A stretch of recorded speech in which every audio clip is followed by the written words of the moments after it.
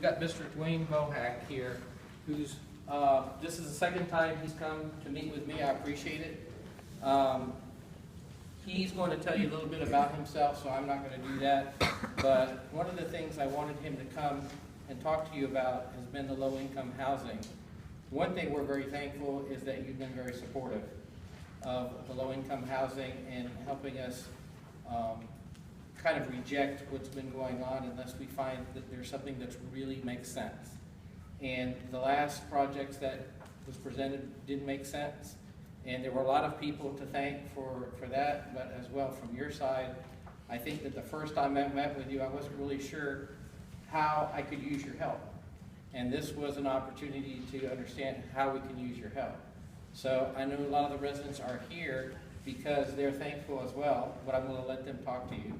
Sure. And then the second issue, I know you've been very active with trying to help cap some of the tax for those that have a homestead.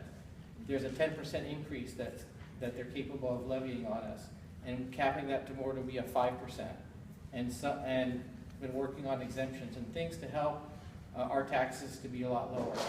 And I don't know if you could just touch a little bit on that. Sure. As well. I think those are two very good issues that affect us as homeowners. And this is me taking off my Deerfield hat and putting on. I'm a resident here. We're all volunteers. And so we appreciate the work that you guys do as well, you and your team. Just a quick introduction. You know me, Eric Troy, I'm the DVC board president, for those that don't know. If you want to say? I'm Brian Harris, newly elected to the board. I'm Arthur McDaniel, I'm the board secretary. Bruce Bott. Larry Burke, vice president. Brett Burris. Lewis Carpenter. Sigmund Pataki, board rep, swimming pool committee. All right, good. So at least you have a flavor for everybody here. And then the second guest I want to introduce, and they don't have to come up here, but I have two Boy Scouts from Deerfield's Troop 120 that are back there. That's Michael and Jack, if you'd stand up. Both those young men are working on their Citizen of the Community and Citizen of the Nation badge. And that merit badge requires them to attend the meeting and understand why we have these meetings, figure out an issue that might be going on at the meeting and talk about the pros and cons of the issue, meet an elected official, a government official. So all these things will go towards them earning that merit badge.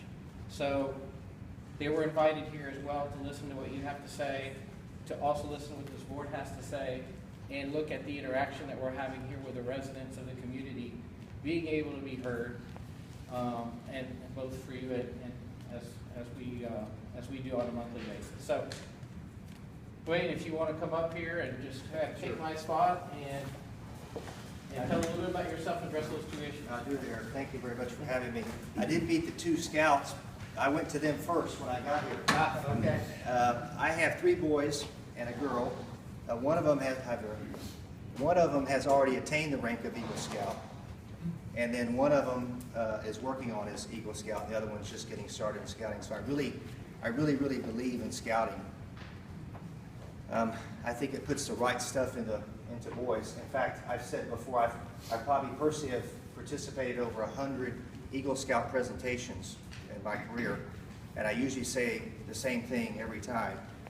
One of my favorite items to note is that if every young man in our state went through scouting, I bet our prisons would be virtually empty. Because at the end of the day, it's about character. And Boy Scouts puts the right character and helps boys become men.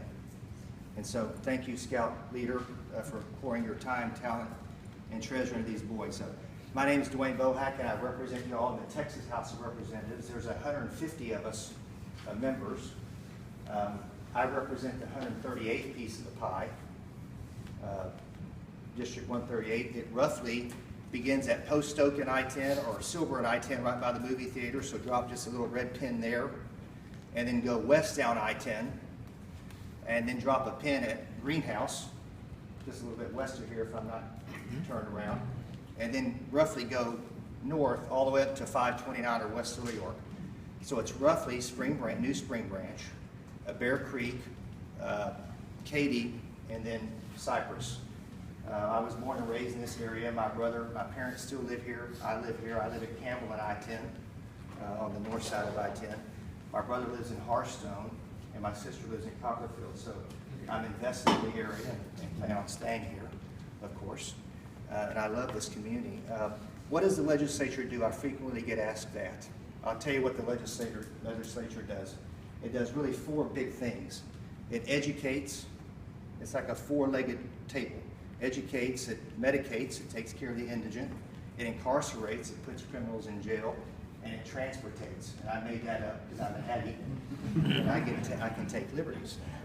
So educate, medicate, incarcerate, and transportate. So everything that we do is built around those elements, from passing our budget to our committee work and so forth.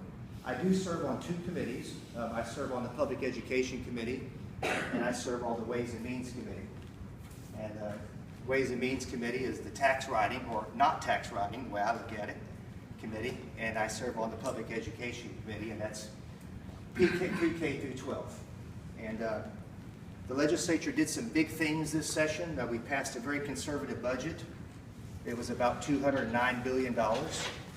So it's roughly about 1/10, roughly, of what the federal government takes in, not spends, but takes in on the federal government side. We have a balanced budget amendment in our state, so we do have to, we can only spend what the controller tells us we're bringing in for a 2-year period. Isn't that novel? And it has to match up dollar for dollar.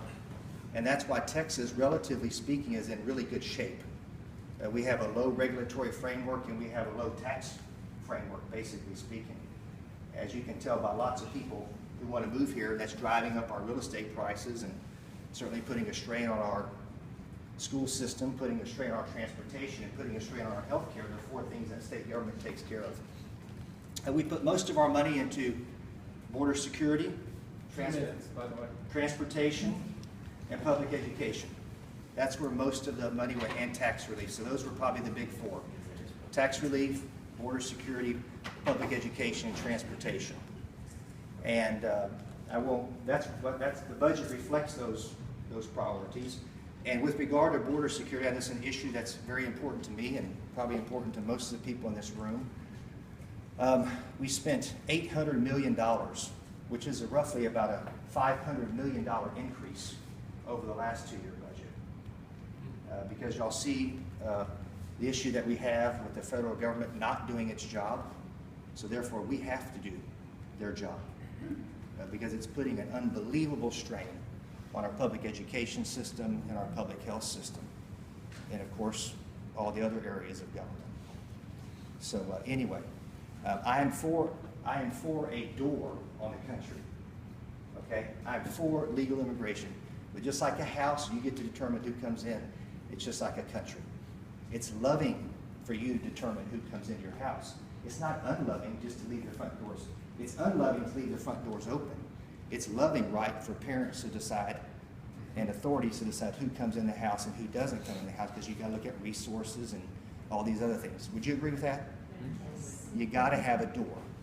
You got to have a door. Transportation, we need about $10 billion a year, every 2 years, to fund basically free roads. In other words, not toll roads are not free because your gas tax pays for the roads. And we really took a big chunk out of that transportation need to make sure our roads stay free, and that allows TxDOT to plan and design and maintain nice non-toll roads. And so with that, we'll get 290 finished up. So that's about it. Okay, good. You did good. So we've got, I want to give time for the audience to ask you anything about either the 2 issues I brought up or any other issues they have in mind. So, can I, before they ask you a question, can I say one thing? Yep. If you'd like to be on my newsletter list, especially leadership, we don't kill you with newsletter information, but we do send something out maybe roughly every 2 months. We'd be delighted. I'll start with the tape, start with when I'm here, and start with out here. We'll start with here. And I'll start with one in the back. Okay. Any questions? Is that an email newsletter? So again, What's your email address? One line per person, yes, it's email, name, address, and phone number. And I'll put one back here as well. Is that different than your press release? It's the same, but we'll also send out digital newsletter once a day. And they're working on it now, they'll have all the updates that I talked to y'all about this evening, but in more detail. I was just trying to get everything about 5-minute limit. Yeah, sorry, I'm trying to do time management because Listen, otherwise. I just appreciate y'all letting me come out here because Bradley and I understand, Bradley's my chief of staff, we understand we work for y'all. I believe we're in the customer service business. If you call, we work for y'all, y'all literally sign our paycheck. And we try to be your advocate like we were on the apartment project. If a neighborhood doesn't want it, I will always, 100% of the time, write a no letter. A no letter. In general, my natural inclination is to oppose the low-income apartment projects. That's my natural inclination. I believe that markets, in general, should determine what rates people charge private entities, not a subsidy from the federal government. And I certainly don't believe in neighborhood busting, which is what I believe, in general, low-income housing does. It neighborhood busts, and believe me, where I am in Spring Branch, we're surrounded by multifamily, and it's quite challenging. Wayne, we have a question in the back in the white shirt. Yeah, I appreciate I was going to ask if you would commit to say your first answer is no, like John Culberson's answer is on any funding request. It starts with no and then it gets proven otherwise. I start with no. I start with no. And y'all would have to say yes, but I start with no. 948-452. Since this is an annual thing, we've always become more informed about this. You would, and if you hear about these requests, and you may actually hear about them before we do, if you would communicate to our HOA. You got it. Precinct chairmen like myself, to the community group like Colleen has put together, if you would communicate so that we could work with you to try to determine, does this make sense or not? Is it neighborhood busting or is it, we don't want to say we're absolutely opposed all the time. Right. We want it to make sense for the neighborhood and the community. So if you commit that you'll communicate that to us, you may be the early warning system for us. You got it. Bradley heard that. We will commit to proactively reach out to y'all. You're supposed to do it with letters and so forth. And I guess sometimes they don't. They want to try to sneak it in. And that's not right. Yeah, in the town hall meeting that Colleen hosted in the coalition, we learned a lot of things, and one was to sign up as an HOA, and we're also signed up to get that information, so hopefully we'll get it at the same time, and our emails will be crossing. Well, in 2000, so the ability for y'all to do that was put into law by an amendment that I carried back in 2007, Bradley, you can correct me if I'm wrong. I carried a bill that year that would allow people to track zip codes, okay, because they weren't being informed, and I couldn't get the bill passed, so I stuck it in with an amendment, and it ended up becoming law. So the digital ability to do that was because I've been dealing with these for a while in the Spring Branch and Bear Creek communities. And, you know, multifamily ages quite rapidly, the structures, and it turns into, it puts pressure on the school resources, the Sewage. the water resource, utility resources, and virtually every resource. So in general, you know, my reaction is no. I started no, and you guys would have to be convinced of yes. Actually, we have a question right here, Colleen. I have a question. We're on the kind of on the edge of every district, and we're kind of on the edge of yours. Would you be willing to, we could organize it, or you could organize it, have a town hall for the people that live out in this area to be able to come and ask you questions and have a back and forth? We will have quite a few town hall meetings. We typically do. Yeah, but they're usually places where we have to drive into Houston to go there, and we always, because we're on the cusp, we usually we're the ones that always have to drive. If we had it out here, could we work with you to have you come? You can work with me on that. I'll be glad to. But you know what I really believe in is what we're doing now. These are micro town hall meetings where people can really interact with me and feel, you know, without a big group to really ask me questions that are important to them. So I typically have about 20 Okay, but then we can do it town here hall and just meetings. have for, our little area. That's what we, just be in a small one where I'm we can happy to have host a it, variety of but it would countries. be a lot smaller, yeah, if you, Right. it might be also of value, is what Colleen says, to have a big one, but that these micro meetings also mean a lot. But we have time, we've got on more topics and things, yeah. It looks like it might be a good thing to do yearly. We did it, we decided to do it, was it 2 years ago, the last game, I think?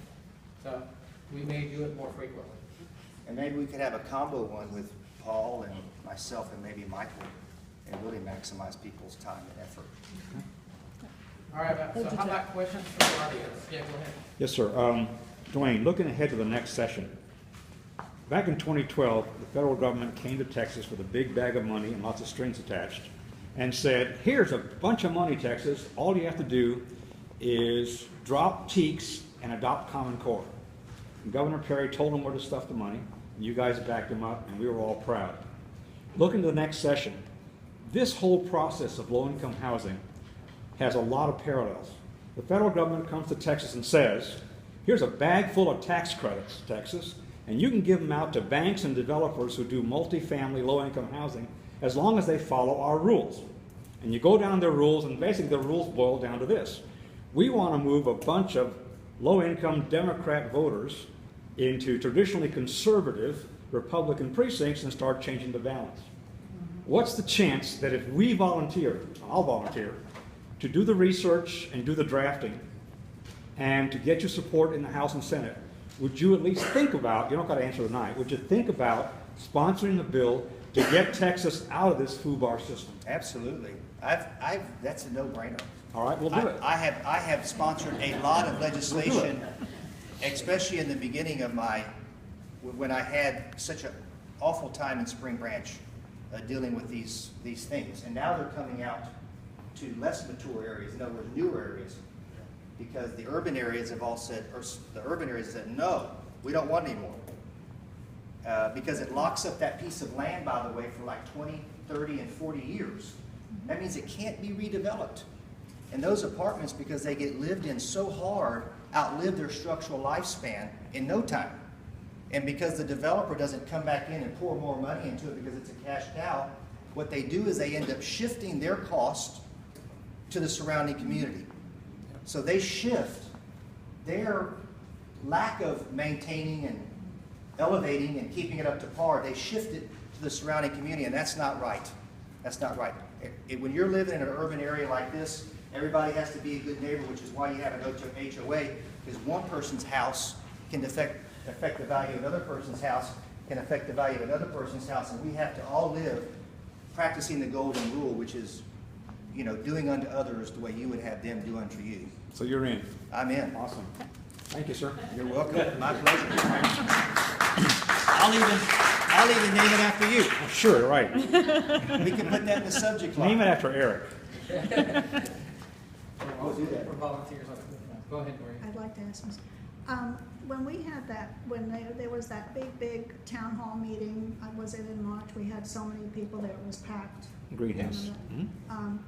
And you had said, I remember, that we had to write to you to say we are against the low cost housing. If we all still feel the same way, do we still have to write you each time? Or is it when we decide that it would be a great idea to let you know that we think Well, you it's a can great communicate, idea? you can call me. I just want to hear from the community. Okay. I'm just wondering if you want everybody to call, because there's a lot of people that won't do that. I really don't even need a lot of letters if I get one.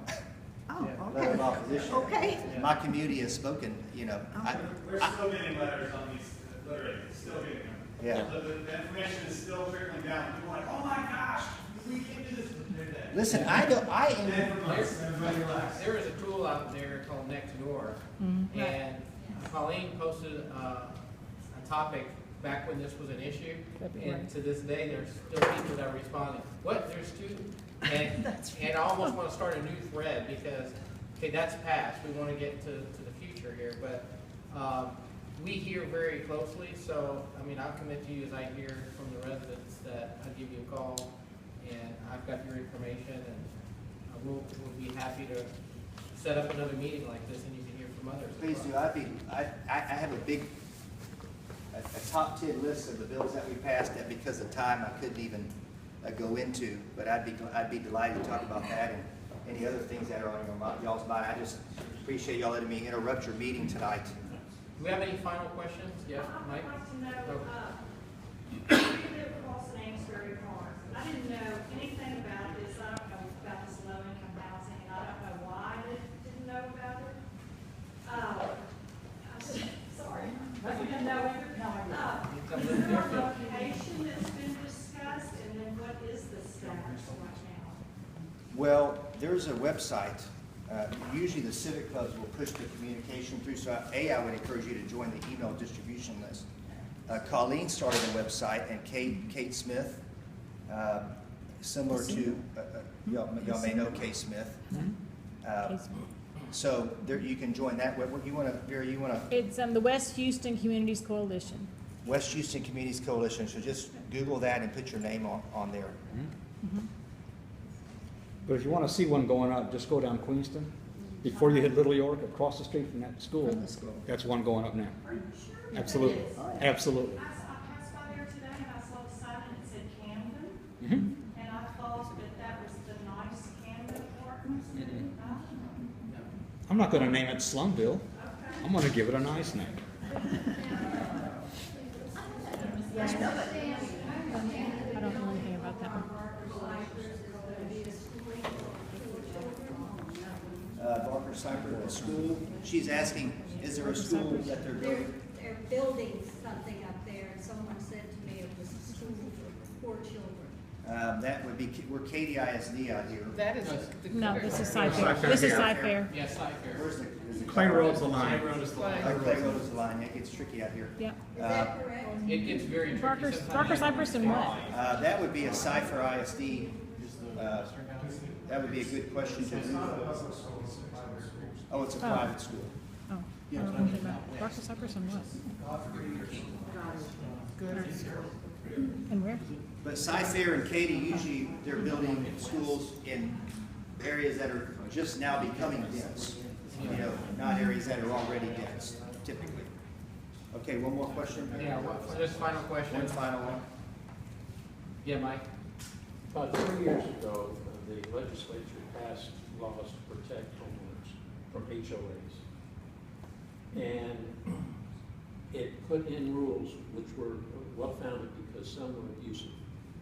But what it also did, and I'll say this is because lawyers wrote the laws, it requires that a lawyer now files documents which does nothing more than add money to the residents who are already having financial difficulty to pay their bills.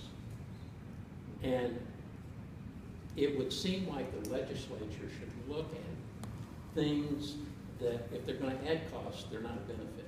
And in this case, it's add some benefit, it's protected some homeowners from draconian HOAs, but in turn, it's add cost to them that should have never been incurred in the first place.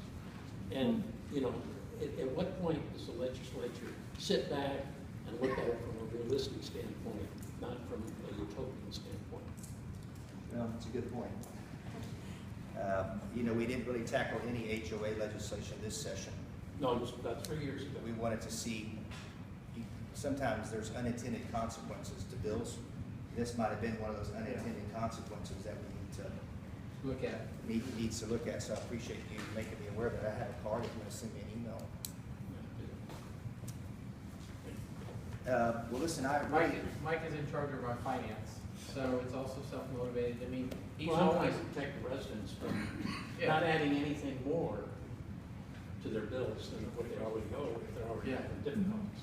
well, I can tell you, I have some fabulous HOAs in my legislative district. That one I, with, you know, Silver on the east and Post Oak out here north of I-10.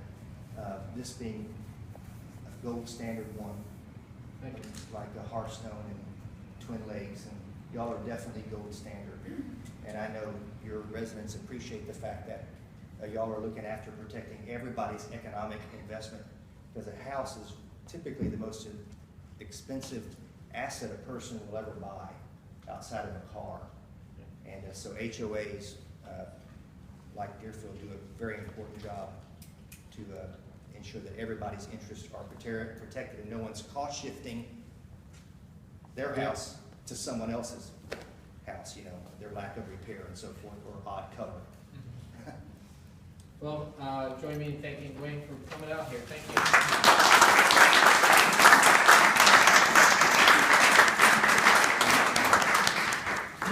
Y'all are welcome to stay, but we're gonna get on to the regular part of our business. I just drove in from Austin today, Yeah. and I really have a full-time job, and I'll be flying out to Dallas about 5 o'clock a.m. to arrive at 6:43. I'm gonna go spend Well, some we time. appreciate you coming out. My pleasure. All right, Anytime. thank you. Thank you, sir. Thank you. Did you Thanks. get your email list?